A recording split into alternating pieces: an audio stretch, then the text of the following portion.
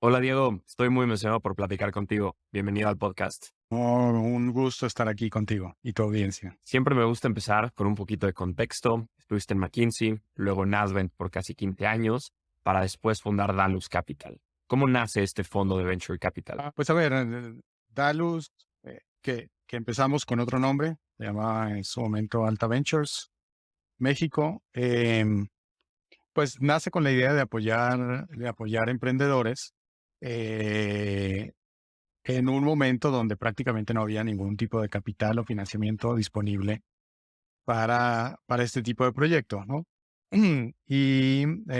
Pero por otro lado, eh, vimos que estaban dadas las condiciones en términos de emprendedores con muchísimo buen talento que empezaban a hacer querían hacer cosas en Latinoamérica, pero no había gente, digamos, con la experiencia de invertir y en base a eso surge la idea de levantar el fondo y empezar a hacer inversiones en un momento donde todavía no estábamos, obviamente, en lo que ha pasado en los últimos años, ¿no? ¿Por qué saltas de Private Equity a Venture Mm. Capital?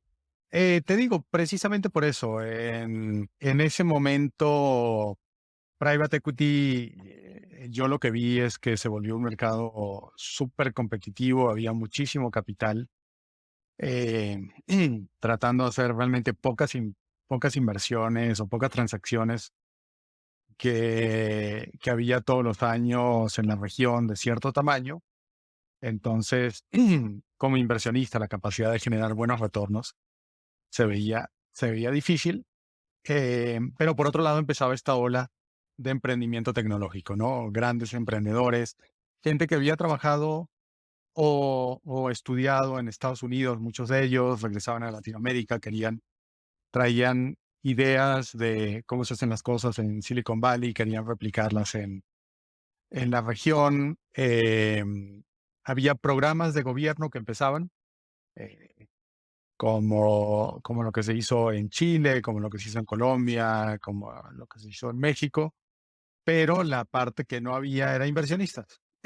Entonces, dije, a ver, a mí el tema de tecnología siempre me gustó. Y yo lo que estudié en la universidad fue ingeniería en computación, en, en una época que no era tan interesante como ahora, pero el tema de tecnología siempre me había gustado. Y dije, bueno, pues este es el momento de hacer ese cambio de carrera y pasarme de ese mundo de la economía tradicional, el mundo de la economía digital, donde estás pues con muchas cosas mucho más interesantes y excitantes, ¿no? ¿Crees que esta misma Mm. competencia que viste en los fondos de Private Equity, hoy lo estamos viendo de alguna manera en Venture Capital? Cada vez hay más capital internacional, entrando fondos, digamos, de Estados Unidos al mercado de Latinoamérica, y a México están entrando fondos brasileños. O sea, ¿no ves un poquito ya esta madurez en competencia? A ver, el nivel de competencia ha crecido bastante en los últimos años, pero por otro lado, a ver, lo que vimos el año pasado, en el 2021, eh, por un lado fue récords en montos invertidos, en número de inversiones, pero también fue un año de excesos, ¿no? Mucho de ese exceso de inversión viene de un tema macroeconómico. Es con motivo de la pandemia, la Fed y otros bancos centrales imprimieron muchísimo dinero que inyectaron liquidez al mercado y eso al final se va a muchos activos, ¿no? Uno al que se fue mucho es empresas tecnológicas, tanto las que cotizan en bolsa como las privadas, y eso es lo que vimos el año pasado, pero eso este año ya ha ajustado. em, pero por otro lado, el ecosistema ha crecido muchísimo en los últimos 4 o 5 años. Entonces hay muchísimos más emprendedores, founders creando emprendimientos que requieren capital y de hecho necesitamos más capital. Hoy una de las métricas que nosotros vemos es el capital disponible en Venture Capital como porcentaje del tamaño de la economía.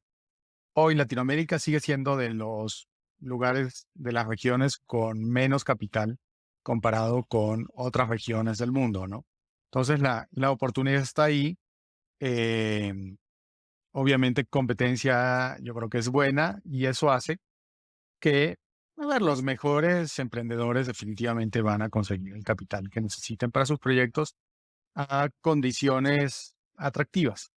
Em, pero por otro lado, creo que después de este ajuste que hemos visto, los inversionistas están haciendo un mucho mejor trabajo de análisis antes de decidir invertir, ¿no? Me encanta este tema de los mercados. Hablaste de 2021, exceso de capital. 2022, pues ya bajó un poquito, bueno, bajó bastante el exceso de capital. Y te quiero preguntar, ¿qué es lo que ves para 2023? ¿Cuál es tu percepción general del ecosistema y pues, algunas tus predicciones, si lo puedes llamar así, para este 2023? Pues mira, hacer predicciones seguro es equivocarse, pero a ver, la expectativa yo creo que el mercado tiene hoy en día es, por un lado, la incertidumbre en los mercados financieros en general va a continuar el año que viene eh, y, y eso lo estamos viendo por ejemplo, en la bolsa, sobre todo las bolsas de Estados Unidos, como tienen un nivel de volatilidad altísimo, ¿no? Un día pueden bajar 3, 4% y al día siguiente suben 4, 5%. Y esto ha venido, y todo depende de pequeñas noticias o pequeñas datas que se hagan disponibles. Esa expectativa es que esa incertidumbre va a seguir hasta que no haya una claridad y una certeza que la inflación está controlada y que no hay, digamos, otros problemas en los mercados financieros. ¿Qué significa eso para nosotros? Es, por un lado, las empresas de tecnología que cotizan en bolsa. Creo que la incertidumbre va a seguir, las valuaciones pueden subir algo, pueden bajar algo, pero no vamos a regresar a los niveles que vimos en el 2021. Y eso te lleva a que genera, o sea, es como cascadea esa incertidumbre hacia los mercados privados, donde estamos los fondos de venture capital. Y eso hace que, en general, yo creo que la gente va a seguir siendo cauta en invertir, sobre todo en etapas más tardías. Em, Va a haber menos capital, claramente con términos más ajustados de evaluaciones. em, y la expectativa es que eso continúe. Puede mejorar un poco, puede empeorar un poco, pero no creo que nadie esté esperando que vamos a regresar de nuevo a donde estuvimos antes en el corto plazo. Y eso lo estás viendo creo que una señal importante es hoy hay ya muchos startups que han hecho recortes en sus estructuras de gastos y costos. A mediados de año hubo muchos que lo hicieron, pero ahora estamos viendo algunos startups haciendo nuevos recortes o gente que no había hecho sí haciéndolo, con lo cual te muestra de que ellos están viendo un mercado allá afuera que puede tener un impacto y se quieren preparar y quieren extender su runway. Lo que claramente se ha ajustado durante este año es que ese apetito que tenían, digamos, los inversionistas en general de solo enfocarse en el crecimiento rápido de los startups, ha cambiado a enfocarse realmente a cuándo un startup puede alcanzar la rentabilidad, o al menos el break-even, ¿no? Entonces, ese es un cambio de mentalidad, de paradigma, y eso te lleva a que los startups tienen que hacer eso, es cómo buscan generar, qué nivel de ingresos deben buscar crecer, pero a qué costo lo pueden hacer y en qué momento pueden llegar a ese break-even o rentabilidad positiva. Yo creo que eso va a continuar. Em, por otro lado, creo que los, los, las, los startups que están haciendo las cosas bien, que tienen productos realmente buenos equipos con buenos productos, con tracción en el mercado, van a tener, con buenos unit economics, van a tener la capacidad de seguir levantando capital. Ayer hablaba con un amigo de otro fondo de Venture Capital y discutíamos el tema de Ok, tú como fondo tienes dry powder, tienes capital para invertir, pero ese capital o lo inviertes en tus startups que necesitan capital, las que ya están en tu portafolio, o lo inviertes en nuevas startups. O sea, ¿cómo ustedes han manejado esta relación sobre estos dos tipos de startups? Bueno, a ver, sí, es correcto. Yo creo que digamos, esa es el dilema que tienen la mayoría de los fondos. Em, y, y a ver, y es algo que va a continuar. A nosotros particularmente, justo nos tocó estar en un momento en el tiempo donde ya estamos invirtiendo nuestro fondo 3. Entonces, pero recién empezándolo a invertir. Entonces, el dinero que nos queda en el fondo 2 solo va a compañías de ese portafolio. Y el dinero del fondo 3 va a nuevas inversiones. Entonces, como que no tenemos no es uno contra el otro, porque realmente por definición nosotros no podemos utilizar recursos de nuestro nuevo fondo para invertir en compañías de nuestro portafolio anterior por, digamos, reglas de buen gobierno corporativo, ¿no? Este, mm, pero creo que a mucha gente le está pasando eso. A ver, no es una decisión tampoco fácil, porque de alguna forma las inversiones que ya tienes, eh, tiene una lógica ponerles dinero fresco en la medida que eso les permita alcanzar eh, ese nivel de rentabilidad positiva y eventualmente generar un retorno interesante. Si el fund manager solo está poniendo dinero para mantenerla viva y de forma de no mostrar pérdidas en el portafolio que tiene, pues realmente está pateando la pelota hacia adelante, pero en algún momento este, va a tener problemas todo ese portafolio, ¿no? Sí, este es un juego de power law. Tú necesitas uno, dos, tres, que sean tus fund makers, que eventualmente van a tener todo el retorno del fondo.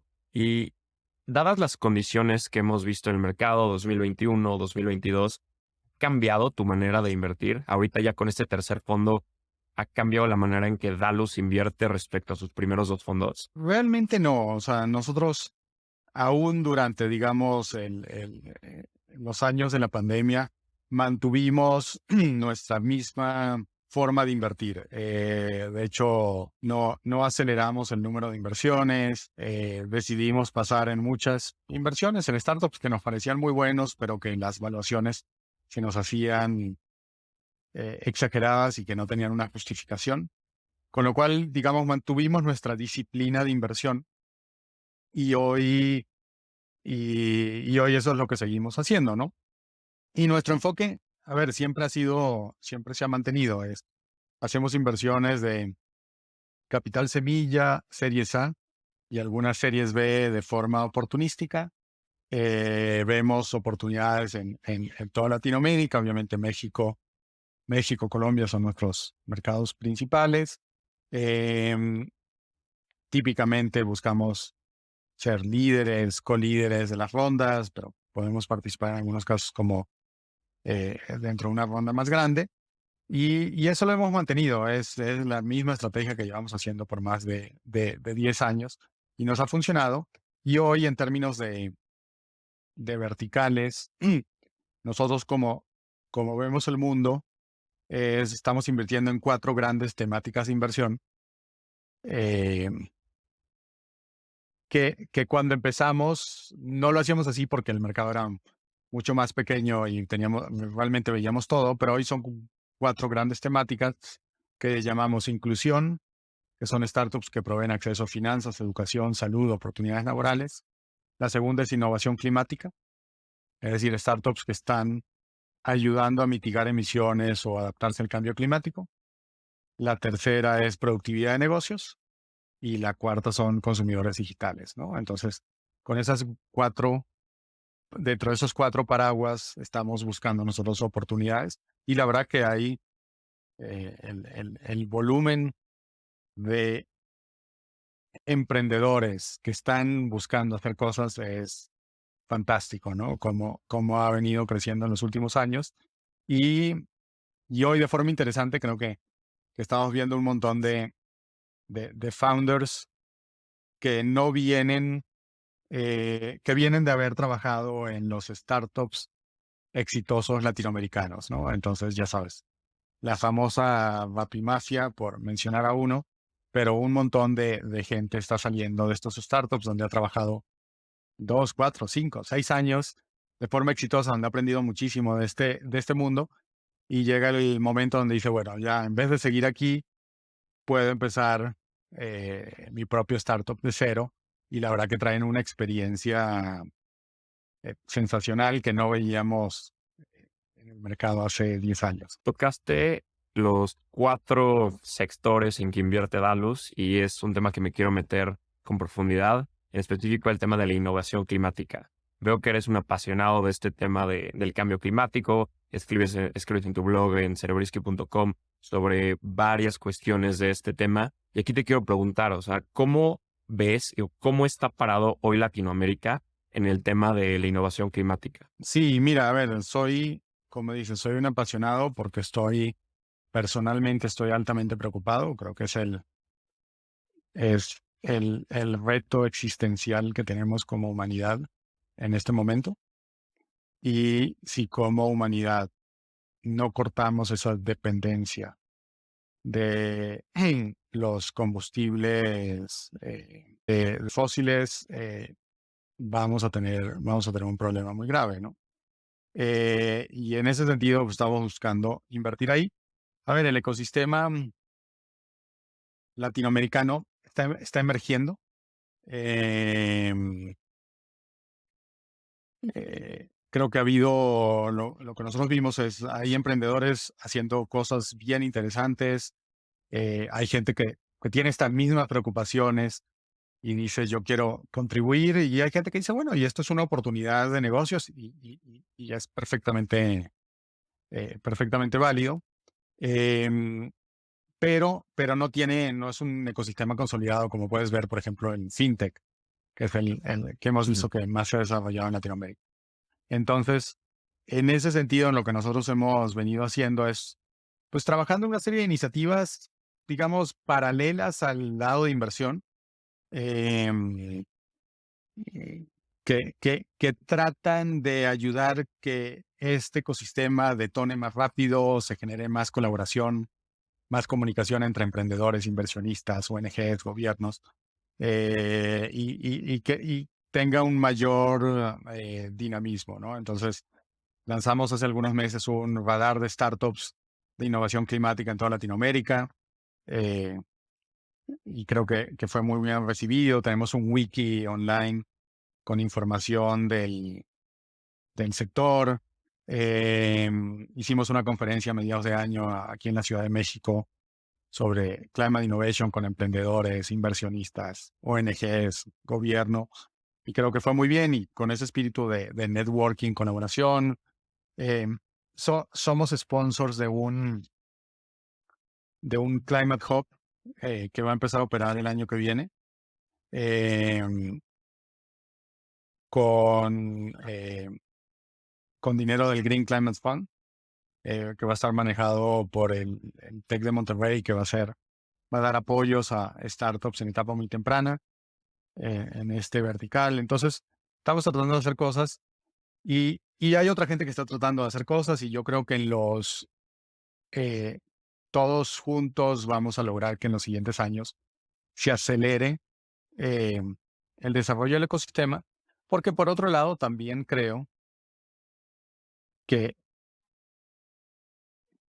que estamos todos más conscientes del reto al que nos enfrentamos y creo que hay más gente que quiere decir, bueno, en vez de hacer un negocio donde vendo una cosa más online a un cliente que a lo mejor ya tiene todo lo que necesita, dice, bueno, con mi expertise y mis habilidades yo puedo ayudar a desarrollar una solución que de alguna forma permita en algo mitigar emisiones o adaptarse al cambio climático, que lo va a hacer, yo creo que lo vamos a sufrir en varios lugares de Latinoamérica.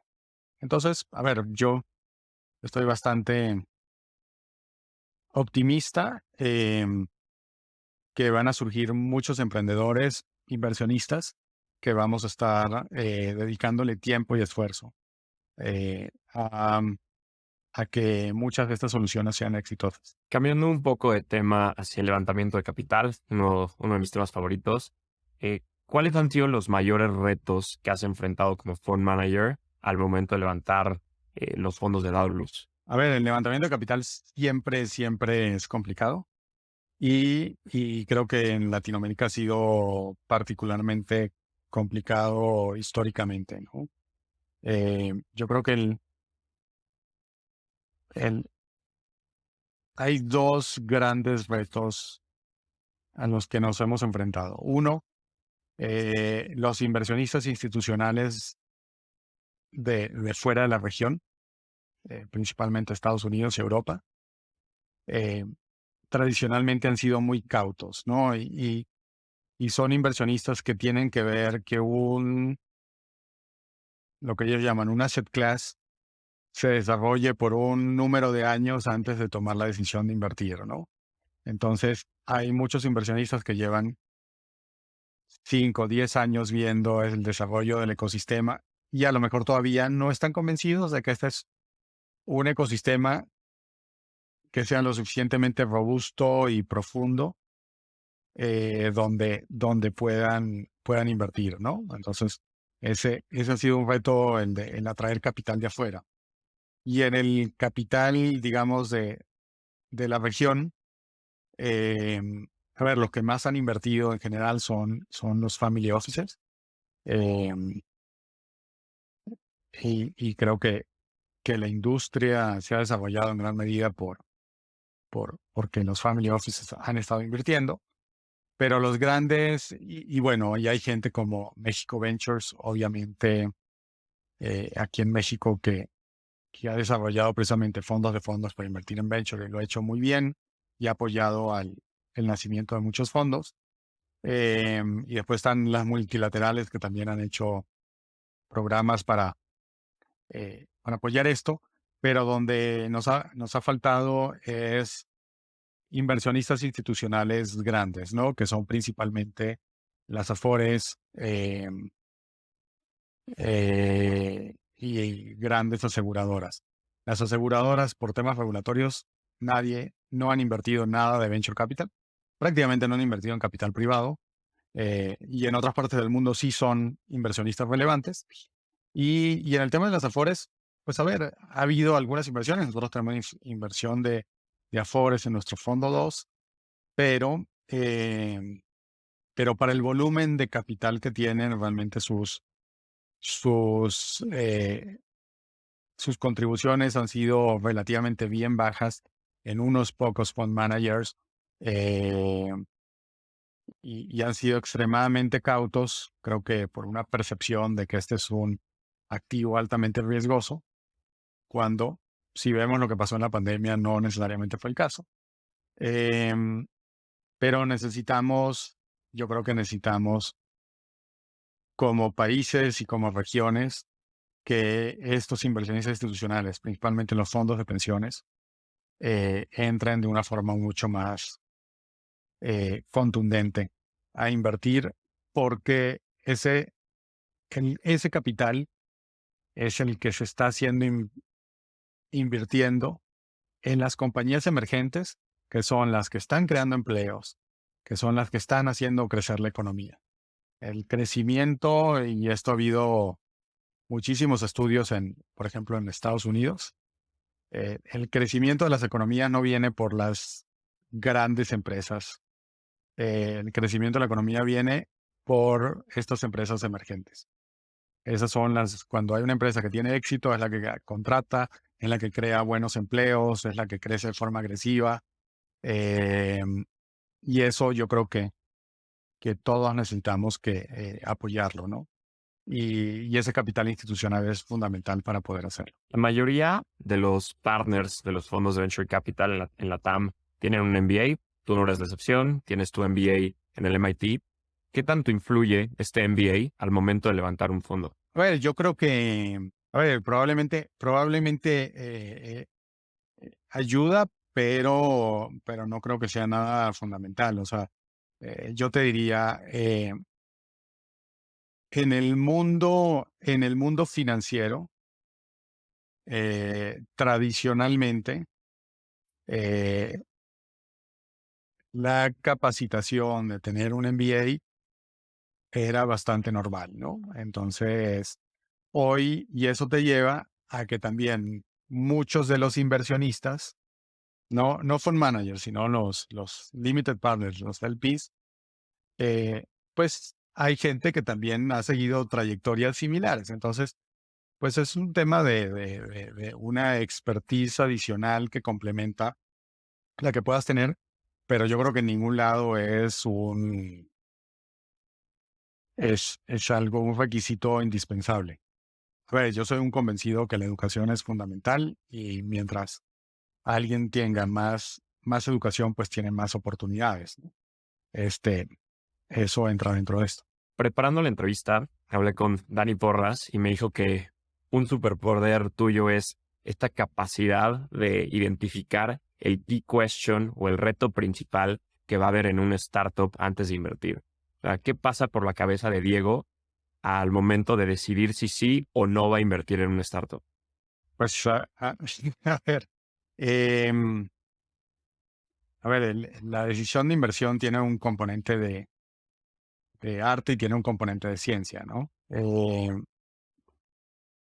En- a ver, para mí, y yo creo que por mi estilo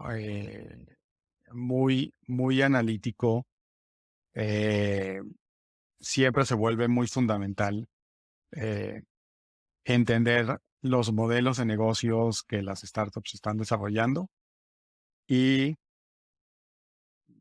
digamos, tratar de validar esos modelos de negocio en base a la experiencia y lo que conozco cómo funcionan industrias, ¿no? Este, mm, y eso es lo que trato de hacer, ¿no? Es decir, porque al final del día los modelos de negocio, aunque sean distintos, se repiten cómo funcionan en el mercado y qué cosas funcionan y qué cosas no funcionan. Y cuando no funcionan, tienes razones por las que no funcionan.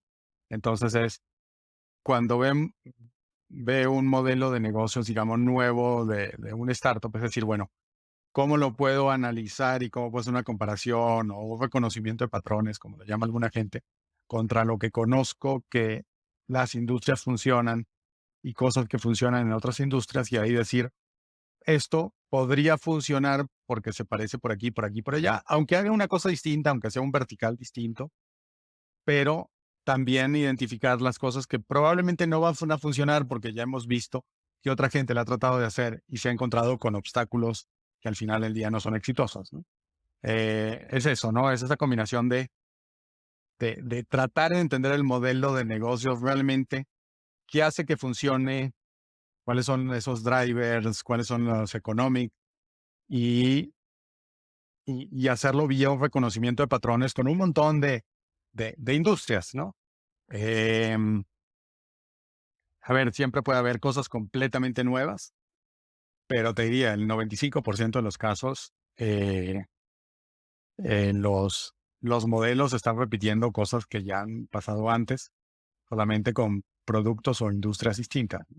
Sí, claro. Ahí pues me ha tocado verlo igual de primera mano, como que tus modelos son similares, depende del startup, tienes unos son suscripciones, luego hay otros que se me hace muy interesante, todos los que usan APIs te cobran por cada call de API que hacen, ahí te cobran. Luego tienes otros que es un fee sobre el AUM, o sea, depende mucho el modelo de negocio y me hace mucho sentido. Es interesante, ¿no? En algunos de estos, a ver, no solo es ver el modelo de negocio, sino pensar cómo ese, ese modelo o es dentro de un ambiente competitivo puede evolucionar en el tiempo. Entonces, eh, mencionabas el tema de las compañías que venden acceso vía APIs. A ver, y eso es algo nuevo relativamente, porque no existía hace 40, 50 años. Pero pero por otro lado, ¿qué puedes hacer un análisis estratégico de eso y entender si el que está dando el acceso a API, si tiene algo que es copiable o no es copiable, reproducible o no es reproducible, porque si no tienes esa protección alrededor de lo que tú tienes, tienes que pensar que otra gente va a hacer cosas similares.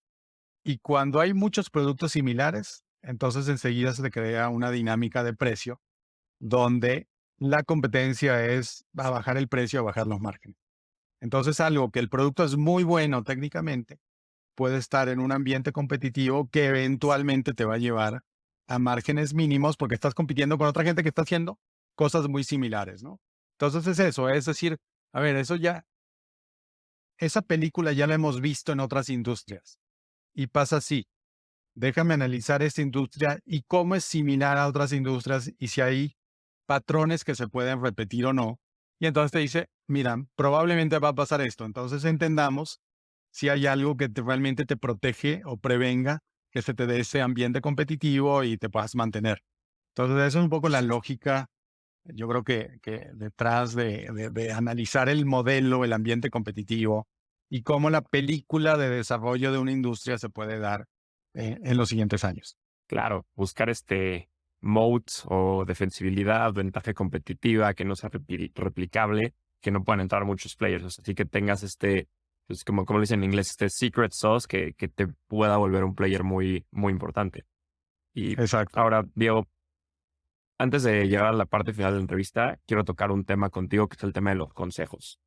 Veo que estás en el consejo de Clip, Bankingly, Tuno, 123. ¿Cómo te preparas para las juntas de estos consejos?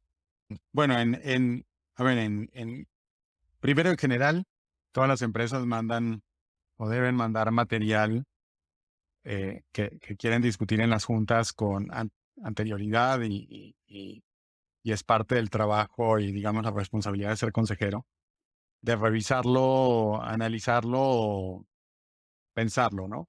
Em, y, y, a ver, y la preparación es eso por un lado, pero por el otro lado es, pues al final del día uno termina estando todo el tiempo pensando en cómo van algunos de los startups, los retos a los que se enfrentan, qué podrían estar haciendo distintos, pensando qué puede pasar en este ambiente competitivo, qué cambios pueden venir allá afuera, digamos, del entorno, que puedan tener un impacto. Y parte del trabajo en los consejos es precisamente traer esta visión de lo que está pasando allá afuera y de lo que podría estar pasando allá afuera antes que algunos de los emprendedores la hayan visto, ¿no? Por ejemplo, eh, déjame darte un ejemplo. O sea, nosotros eh, en, en febrero del 2020 empezamos, empezamos a ver que el tema del COVID empezaba a surgir y había noticias que venían de China y ya empezaban noticias en, en, en Europa que algo estaba pasando.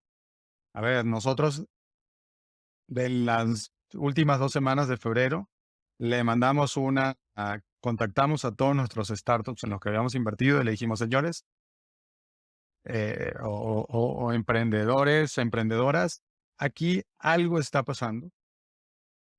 No sabemos en qué va a terminar, pero ustedes deberían prepararse, al menos inmediatamente, deberían prepararse a estar listos si el día de mañana alguien les dice a partir de mañana todo el mundo tiene que trabajar desde las casas. Porque podría pasar, porque lo estamos viendo, porque ya está pasando en China. Y a ver, si los chinos lo están haciendo no es por un capricho, es porque alguien pensó de una forma bien metódica que era algo que valía la pena hacer. Entonces le dijimos, hagan eso. Y si eso pasa, también piensen que esto puede tener un impacto económico. Entonces empiezan a pensar si hay formas de aumentar tus ingresos y si hay formas de reducir o contener costos, ¿no? Y eso lo hicimos en febrero. Y ya cuando vimos en marzo, un par de semanas después, pues efectivamente ya nos llegó la ola, ¿no? Entonces, es un ejemplo donde yo y el resto del equipo lo que estamos tratando de hacer es, pues, estar viendo, tomar todas estas señales que están pasando allá afuera y decir, bueno, de nuevo, ¿cómo vemos el patrón de qué puede pasar? Y cómo nos adelantamos y cómo le planteamos esto a nuestros emprendedores de forma de que ellos también puedan adelantarse a los retos que se pueden enfrentar, ¿no? Entonces hay un tema de mercado, pero hay un tema también después ya de los retos específicos que puedan tener cada startup. Creo que estos mismos consejos que diste en febrero de 2020 aplican para ahorita de recorten gasto, esperen lo peor, nadie sabe qué es lo que va a pasar. Lo Ahorita hicimos a principios de este año, pero donde decíamos, aquí no sabemos eso y a ver, y nuestro consejo ahora es, de nuevo, asumir que no va a haber una recuperación, sino que va a haber una recesión económica y entender qué impacto puede tener en tu negocio, ¿no? En específico, si se da. Diego, llegamos a la parte final de la entrevista. Te voy a hacer unas últimas preguntas donde te pido que la respuesta sea lo más breve posible. ¿Preparado? ¿Sí? ¿Cuáles son las tendencias que más te emocionan como inversionista? Inteligencia artificial y todo el tema de clima. Justo hoy estaba usando el tema de inteligencia artificial, me voló la cabeza. O sea, está muy, muy impresionante. ¿Qué harías para fomentar las inversiones en los fondos de Venture Capital en la TAM? Pues tenemos que, entre todos, convencer a estos grandes inversionistas institucionales, a las Afores, a los fondos de pensiones, a que pongan mucho más capital en fondos o directo en este ecosistema ¿Generalista o especialista? generalista. ¿Qué consejo le darías a un first time fund manager? A ver, que empiece pequeño y desarrolle un track record. Al final, esta es una industria donde, a pesar de que en cualquier presentación financiera siempre dice, resultados pasados no son garantía de resultados futuros, las decisiones de cualquier inversionista siempre se basan en tus resultados pasados. Y por último, ¿cómo ves a Dalus dentro de 5 años? Siguiendo muy activos, invirtiendo, creciendo y siendo, yo te diría, un referente eh, de, de inversión en VC, especialmente en temas de clima en la región. Diego, muchísimas gracias por el tiempo. Me encantó platicar contigo. Muchas felicidades por Dalus y todo lo que están haciendo y sobre todo el tema de innovación climática, que yo creo que sí va a ser un tema muy importante en los próximos años. No, gracias a ti por la invitación.